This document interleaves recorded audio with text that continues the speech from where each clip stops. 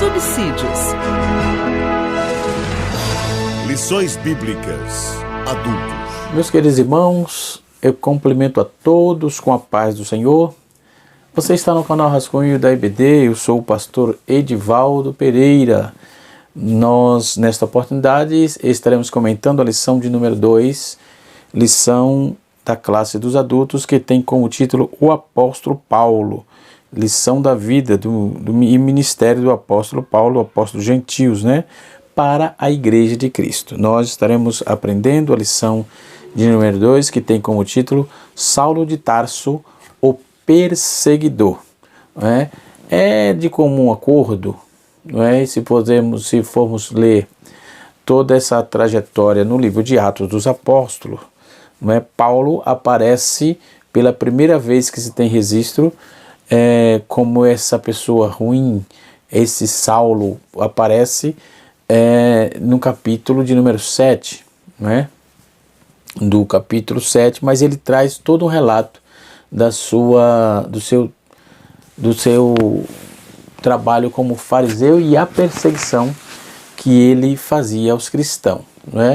Nós louvamos a Deus pela oportunidade que temos de aprender sobre o apóstolo Paulo. Então, nós vamos aprender aqui as características persecutórias do apóstolo Paulo, a respeito da perseguição contra a igreja em Atos, e esclarecer a respeito do sistema contra a igreja, de um sistema contra a igreja. Na verdade, nos últimos dias em que nós estamos vivendo, nós podemos nos deparar com situações assim, mas Paulo era um perseguidor ferrenho, dos evangélicos. Então, nós vamos ver que ele cometeu muitos erros como oposição contra Jesus, o Nazareno, e que o fato de que fez em Jerusalém muitos santos, ele dizia, muitos santos encerrei na prisão, visto que eu tinha recebido a autoridade dos principais sacerdotes. Quando eles estavam para ser executados, eu levava o meu voto contra eles. Punindo muitas vezes em todas as sinagogas, tentei obrigá-los a fazer uma retratação, visto que eu estava extremamente enfurecido contra ele. Foi ao ponto de persegui-los até nas cidades de fora. Atos, capítulo de número 26, versículo 9 até o versículo 11, que também está no nosso texto bíblico em classe, que começa em Atos 8, e Paulo vai dizer assim, e também Saulo consentiu na morte de Estevão, e fez naquele dia uma grande perseguição contra a igreja que estava em Jerusalém. Aí é uma pergunta, desde quando ele começou a perseguir a igreja? Nós começamos a ver a partir desse episódio de Estevão. Antes disso, não temos menção na Bíblia, mesmo pesquisando dentro da história, dentro dos conceitos. Nós temos vários materiais, conforme eu disse na aula passada, mas o F.F. Bruce ele é bem elucidativo e vem trazendo informações sobejas sobre assuntos assim. Nós podemos observar que no seu livro, F.F. Bruce, no livro Paulo, o Apóstolo da Graça, Sua Vida, Cartas e Teologia. Esse livro não é meu, é de propriedade do presbítero Fábio Ventura, meu amigo. Também me ajuda aqui na superintendência da Escola Dominical em Cumbica, Guarulhos, setor 19. Agora à tarde estivemos... eu peguei emprestado esse livro com ele, um livraço. Tenho outros livros aqui também sobre Paulo, e indico também esse material. Esse material aqui de Jürgen Becker, O Apóstolo Paulo, Vida e Obra e Teologia, excepcional. É um livro da Academia Cristã e da editora Efata. Excepcional material. É um compêndio de escritores que vai trazer uma visão, um vislumbre interessantíssimo, dentre outras obras que temos sobre o apóstolo dos gentios, o apóstolo Paulo. Haja vista que nós temos também o livro de apoio da lição, né? Pastor Elianai Cabral, o comentarista desta lição. Então, quando vamos tratar ver essa tratativa, no versículo 8, capítulo 8, versículo 1 e até o versículo 13, diz assim: E também Saulo consentiu com a morte de Estevão, e fez-se naquele dia um grande perseguidor contra a igreja que estava em Jerusalém. E todos foram dispersos pelas terras da Judéia e da Samaria, exceto os apóstolos. Uns varões piedosos foram enterrar Estevão e fizeram sobre ele um grande pranto. E Saulo assolava a igreja, entrando pelas casas e arrastando homens e mulheres, os encerrava na prisão. No capítulo 22, no versículo 4, versículo 5, nos diz: Persegui este caminho até a morte, prendendo e metendo-as em prisões, tanto homens como mulheres. Versículo 5. Como também o sumo sacerdote me é testemunha, e todo o conselho dos anciões, e recebendo estas cartas para os irmãos, fui a Damasco para trazer manietado para Jerusalém aqueles que ali estivessem, a fim de que fossem castigados. No capítulo 26, verso 9, 10 e 11, nos diz assim: Também bem tinha eu imaginado contra o nome de Jesus, o Nazareno, e devia eu praticar muitos atos. No versículo 10, e também fiz em Jerusalém, e havendo recebido poder dos principais dos sacerdotes, encerrei muito nas prisões, e quando os matava, eu dava o meu voto contra eles.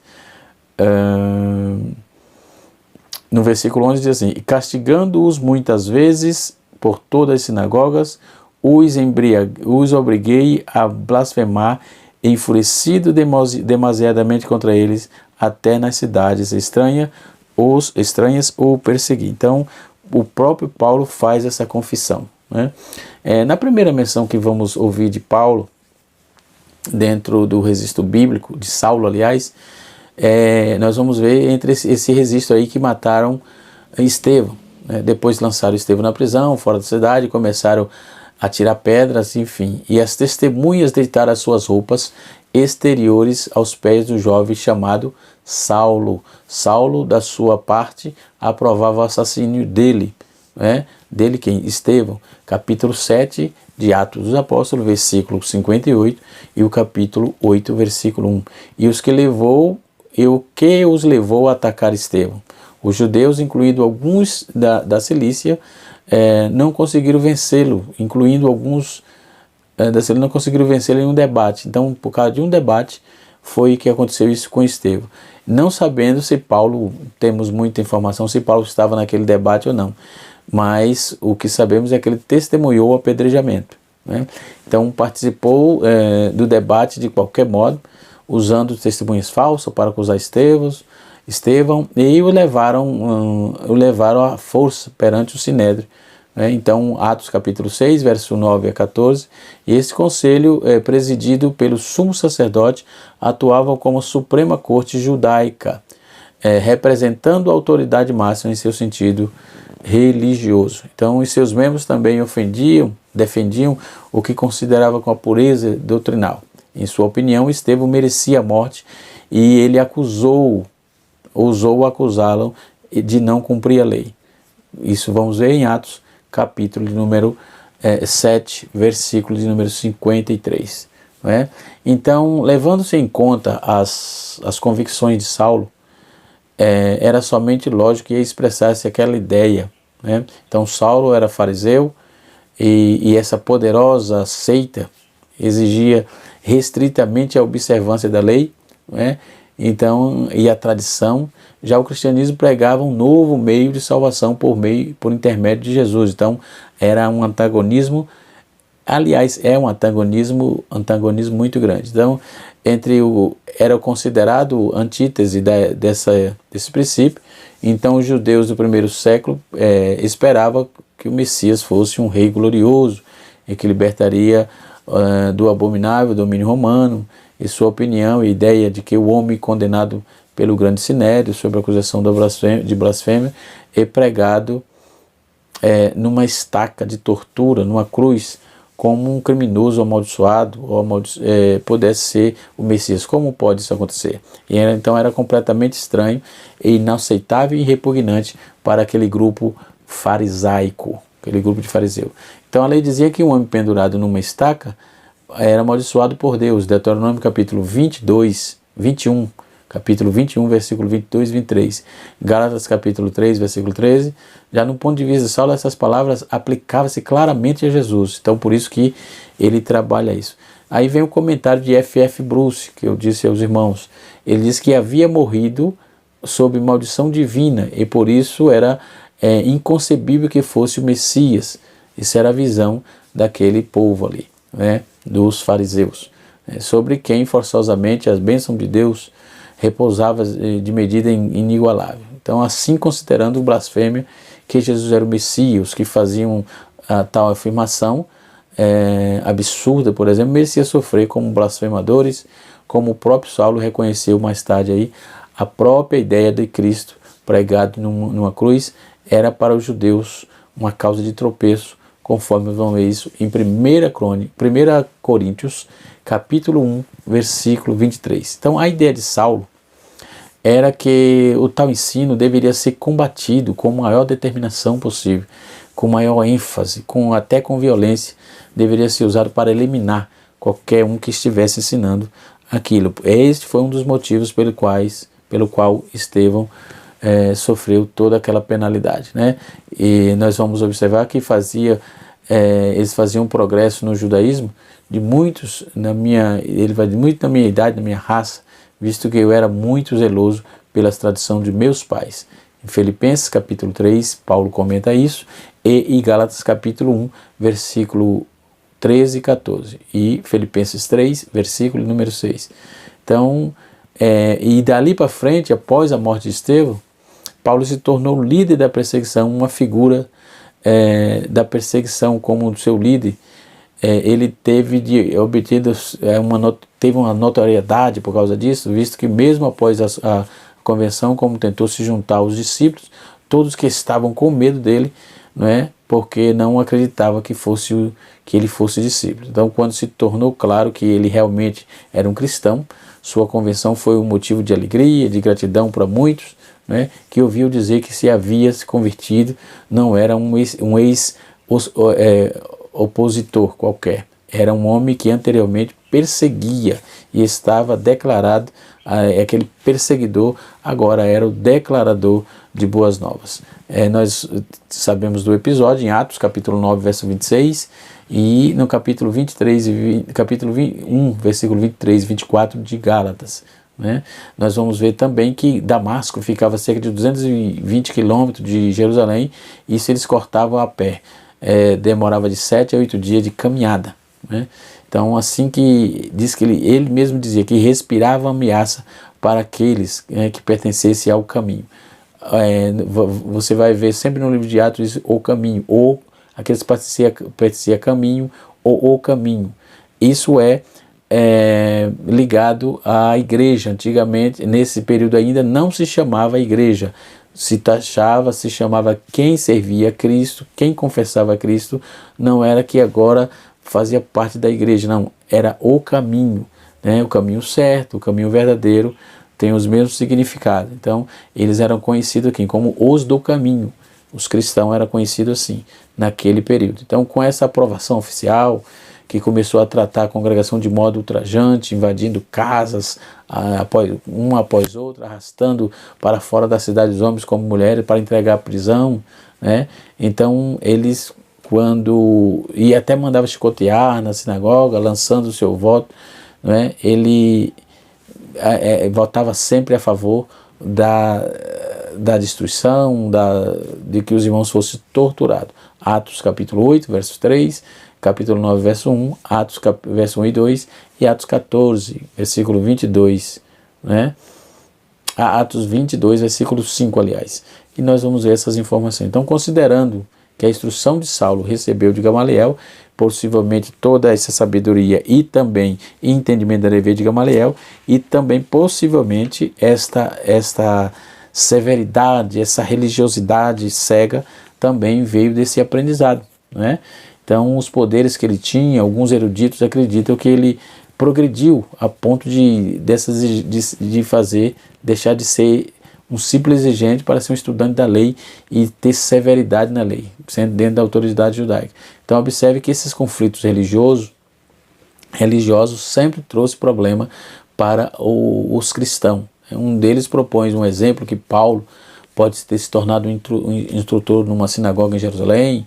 No entanto, não sabemos nada sobre a declaração de Paulo, sobre lançar o seu voto, e significa que ele era membro de um tribunal, né? Tem outras particularidades sobre a vida paulina, não é porque a função que ele exigia, segundo alguns estudiosos, a função que ele exigia no Sinédrio e tal, precisava ser casado. Então, era alguém que expressava um apoio moral, a execução dos cristãos, visto que a princípio todos os cristãos eram judeus, prosélito, judaico, ou parece que Saulo entendia que o cristianismo era um movimento apóstata dentro do judaísmo.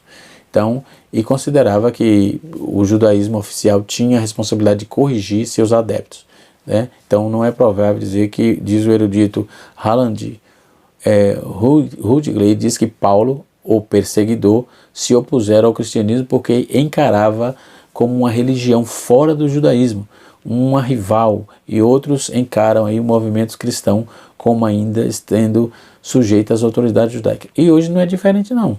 Os próprios crentes se degladiam entre si. Se não for da minha denominação, para mim é pandemônio. Você passa, rala do lado e não dá a paz do Senhor, não cumprimenta com a graça e paz, porque a saudação bíblica no Antigo Testamento, no Novo Testamento era graça e paz, né? Então você passa para lá, a pessoa está com a mesma Bíblia na mão, está indo em direção a adorar a Deus, mas não é da minha denominação confessional dogmática, eu estou fora, né? Enfim, então às vezes só há acusação e nada de perdão, né? Então Paulo, ele era do movimento farisaico judeu, da seita judaica, dos fariseus, e era conservador a ponto de ser contra qualquer coisa que fosse fora desse contexto. Tanto contra que ele encerrou muito, chicoteou a muito e sentenciou a muito, né? Então assim a sua intenção era forçar que os judeus rebeldes se retratassem e também que retornasse à ortodoxia judaica, usando todos os meios possíveis, como vamos ver isso em Atos capítulo de número 11, capítulo 26, versículo 11. Então, no primeiro tópico da lição, Saulo de Tarso, o perseguidor implacável, né? Então Saulo se descreve como blasfemo, ele que disse, conforme eu já fiz a leitura nos textos aqui. Então as ameaças de Paulo, a expressão respirando ameaça de morte, descreve-se de maneira figurada como era uma fera selvagem, uma ameaça de sua presa aí. Ele apresenta uma pessoa de alta periculosidade, né? Ele que se apresenta assim, que ele era perigoso, né? Então a perseguição contra a igreja de Cristo, por exemplo, nós vamos ver aqui, contra os seguidores de Cristo, de Jesus, o perseguidor Saulo contra Jesus, a perseguição de Saulo contra Jesus era uma perseguição contra a igreja, o corpo de Cristo, uma instituição divina, ao passo que respirava ameaça, né? Capítulo 9, versículo 1 de Atos, contra os seguidores de Cristo, sua intenção era acabar de vez com a igreja e atacá-la, e Saulo vai trazer essa visão aqui. Atingiu as pessoas que representavam Cristo, dentre as quais havia homens, arautos, defensores do nome de Jesus e cheio do Espírito Santo, cujo nome era Estevão. Então nós já vimos como foi toda essa degladiação, toda essa atrapalhada de Paulo, essa enrolada, esse enrosco que Paulo criou para matar Estevão, e fez parte de todo aquele assassinato, né? Então ele era intolerante religioso, essa intolerância religiosa, a política contra a igreja atual continua a despertar fúrias de certas autoridades políticas, religiosas, não aceita a mensagem de liberdade e assim sucessivamente. Então tem muita anomalia dentro desses conceitos. né? No terceiro tópico da nossa lição, nós vamos ver quando um sistema se volta contra a igreja. Então, aquele sistema farisaico do judaísmo, além de ser contra todo judeu que praticavam outra fé, num quesito do Cristo, a igreja estava imbuída naquele contexto, então eles tinham um método de permissão de usar o encarceramento e entre outros açoites na sinagoga em meio a um meio comum de disciplina pela desobediência à autoridade rabínica, que podia ser administrada aí com castigo de em qualquer lugar ou local que houvesse no tribunal 3 juízes, por exemplo. A aparição de Jesus a Saulo, por exemplo, nós vamos ver isso, não é? Lá na estrada de Damasco, cerca de 220 quilômetros, conforme eu já disse, né? E assim vai. Então, como era a perseguição contra os primeiros cristãos? Saulo de Tarso liderou uma perseguição contínua, uma violência extremada. Ele prendia os primeiros cristãos, mandava açoitá-lo, entendeu? E sobre maneira que a igreja de Deus devastava. Ele mesmo disse isso em Gálatas, capítulo 1, versículo 13. Então, Paulo entendia que a prática dessas barbáries era para defender a sua fé, para defender a fé judaica, livrando os judeus dos hereges. Então, exatamente os modelos de que Jesus havia alertado aos discípulos. Expulsar-vos vão da sinagoga, vem mesmo a hora em que qualquer um vos matará e cuidarás de fazer o serviço de Deus. Jesus já tinha advertido isso em João capítulo 16, verso de número 2. Não é? Então a perseguição, a tortura, os métodos que era usado ali parecem um exagero. Afirmar que Saulo torturava os primeiros cristãos, mas é que ele mesmo destaca, ele mesmo declara isso, dando testemunho após a sua conversão. Além de castigá-lo fisicamente, ele empregava a tortura psicológica para induzi-los à blasfêmia. Entretanto, apesar da violência empregada com açoite, prisões, tortura psicológica, apedrejamento e morte, muitos discípulos fiéis a Cristo não negaram o nome de Jesus. Então, a perseguição aos pentecostais, por exemplo, isso acontece constantemente. Levanta-se movimento, mentindo de forma ardorosa, não é? E de forma, parece que são esclerosados esse povo, não é? E assim sucessivamente, mas não prova nada comprobatório, não topa um debate bíblico, teológico conciso, né? Consciente, coerente, né? Porque o movimento pentecostal sofre essas pressões, né? Tem gente que diz que é sensacionista, que os dons que o pentecostalismo prega, diz que só foi até os apóstolos e tal. Não é o que a Bíblia diz. Enquanto a igreja estiver na terra, os dons espirituais estará acompanhando a igreja de Cristo. Enquanto a igreja estiver na terra, a igreja estará sendo acompanhada pelo Espírito, vivendo no Espírito, agraciada pelo Espírito, e nós, os salvos em Cristo, devemos buscar sim o Espírito Santo. Então, nossos pioneiros sofreram toda a sorte de perseguição, violência, muitos deles sofreram agressões físicas, psicológicas. Nós temos na história da nossa igreja, da nossa denominação. Tudo isso porque pregavam a doutrina que a religião oficial não aceitava, não é?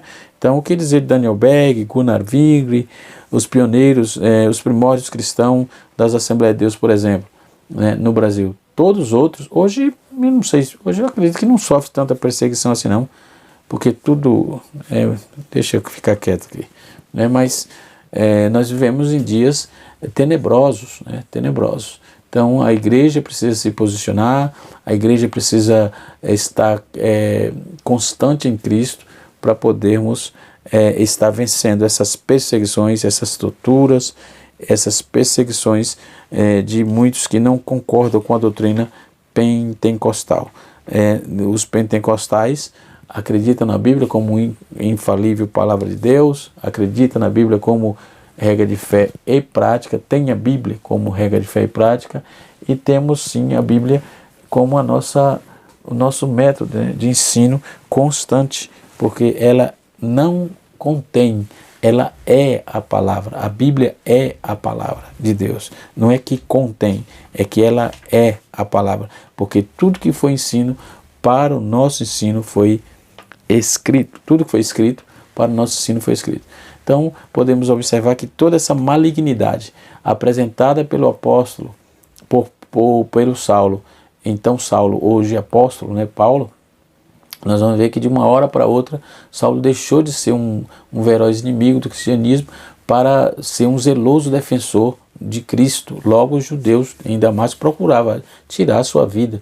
Não é? Nós vamos ver isso, que o que era a favor dele passou a ser contra, né? Capítulo 9, versículo de 1 a 23 de Atos. Então, paradoxalmente, como cristão, Saulo sofria muitas das mesmas coisas que ele mesmo, como perseguidor, sofreu, que ele empregou, que ele infligiu aos outros. Então, ele sofreu as mesmas consequências, porque agora os mesmos religiosos que fazia parte do contexto dele anteriormente, antes de se converter, agora estava procurando para tirar a vida, para matá-lo, porque eles se sentiam traídos e tal, não é? E assim sucessivamente. Dentro do conceito confessional dogmático também é assim. Você vai você não está bem no lugar. Eu congrego na Assembleia de Deus, aceitei a Cristo em 1987, não é? 1987, fevereiro de 1987, nunca pertencia a outra denominação qualquer, sempre na Assembleia de Deus, não é? Quando eu vim para São Paulo, me lembro muito bem que fui recomendado pelo meu pastor atual, eu morava em Salvador, para procurar a igreja pastoreada pelo pastor José Wellington, não é? Então, aqui em São Paulo é o Ministério do Belém, e cheguei aqui em 95 e até hoje estou onde sirvo ao Senhor, lutando, crendo e obedecendo para fazer a obra de Deus, tá certo? E assim eu, minha família, meus filhos, criei meus filhos aqui, né? E assim sucessivamente. Já vi coisas absurdas de divisões e coisas assim, mas eu permaneço onde Deus me chamou, glória a Deus, né? E assim, já abriram igreja para mim, já fundaram igreja, muitas calúnias, mentira, perseguições descabidas, muita ignorância, não é? Mas eu sei em quem tenho crido, tenho convicção absoluta, não é? Fui para as faculdades estudar a palavra de Deus, aprendendo alguma coisa, ainda sou um eterno aprendiz, mas fui perseguido por muitos mentirosos, né? Cabra assim, sem nenhum pudor, sem nenhuma misericórdia, fazendo mentiras contra o meu nome, mas o Senhor é quem nos justifica. O Senhor é quem me justifica. Tenho convicção da fé que pratico, do Deus que eu acredito, e essas perseguições, elas vão aparecer sempre. No meu ministério sempre aconteceu isso, desde quando ainda cooperador, não é? Servir ao Senhor, fui ao presbitério, evangelista, pastor, as perseguições continuam. Eu não estou nem aí para você que persegue, vai pôr o tapete vermelho para mim pisar em breve. Deus abençoe. Vamos tocar o barco para a aula, porque estamos falando sim de perseguição. E todos nós, crentes em Cristo, fiéis ao Senhor, que é defensor da doutrina sacrossanta da palavra de Deus, vai sofrer sim retaliações, né? Eu só tenho uma cara só. Eu não tenho duas caras. Essa é a minha cara, tá certo? Eu não tenho duas caras. Então, e assim sucessivamente. Tem gente que vive o politicamente correto. Isso é cinismo, isso é hipocrisia, tá certo? E assim sucessivamente. Tem que ter hombridade, quando errar, pedir perdão, ir até quem você ofendeu, pedir perdão e tocar o barco, seguir, porque Jesus está voltando. Então, por isso, tratando aqui sobre Paulo ainda, Paulo vai dizer que ele sofreu as mesmas consequências, por isso ele disse assim, anos mais tarde, dos judeus recebi 5 vezes 40 golpes no mesmo, menos um.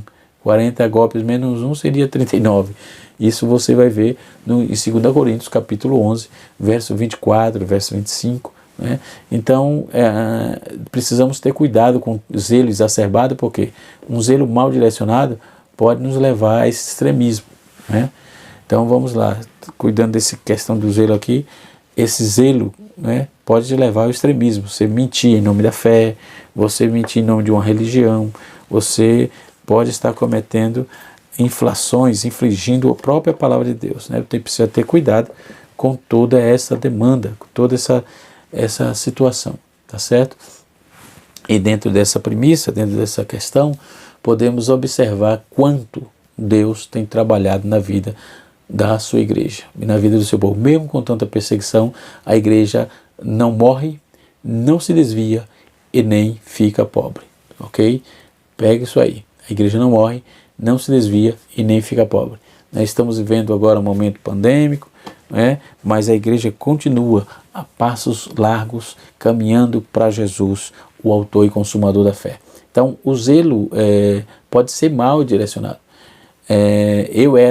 Paulo dizia, eu era anteriormente blasfemador e perseguidor e homem insolente.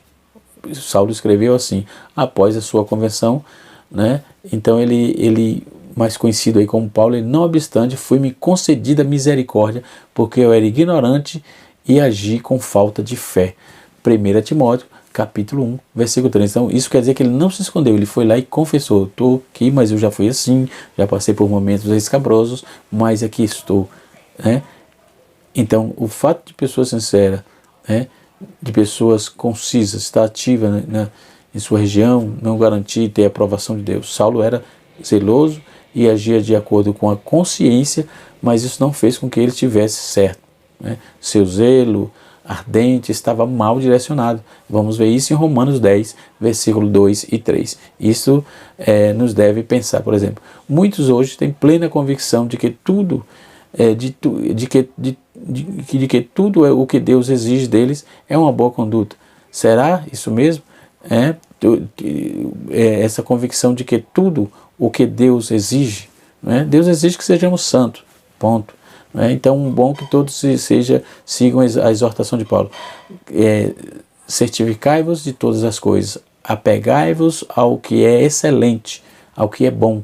Capítulo 5, versículo 21 de 1 Tessalonicenses. Então, isso significa que temos que tomar tempo para adquirir conhecimento exato da verdade contida dentro da palavra de Deus, né? Para que não possamos tornar um blasfemador, uma pessoa ranzinza, uma pessoa em nome de uma fé cega, né? Tornar-se uma pessoa como Saulo teve, né? Essa pessoa conservadora por um lado que fazia mal, né? Fazia mal. Precisamos ter cuidado isso, um zelo mal direcionado. O nosso zelo precisa ser pela palavra e, consequentemente, cuidar dos mais fracos, conforme diz a Bíblia. Então é provável que poucos de nós tenhamos chegado ao ponto de ser blasfemos, perseguidores, insolentes, como Saulo foi, não é? Poucos de nós, mas graças a Deus que aqui estamos, não é? E deixo para a meditação dos nobres alunos e irmãos, João capítulo 17, versículo 3 e versículo 17. Deus abençoe e até a próxima aula, se Deus assim nos permitir. Na próxima aula estaremos estudando a lição de número 3, que a lição de número 3 tem como título a conversão de Paulo. Glória a Deus. Deus abençoe a todos, no nome de Jesus. Canal Rascunho da IBD, ensinando para transformar vidas.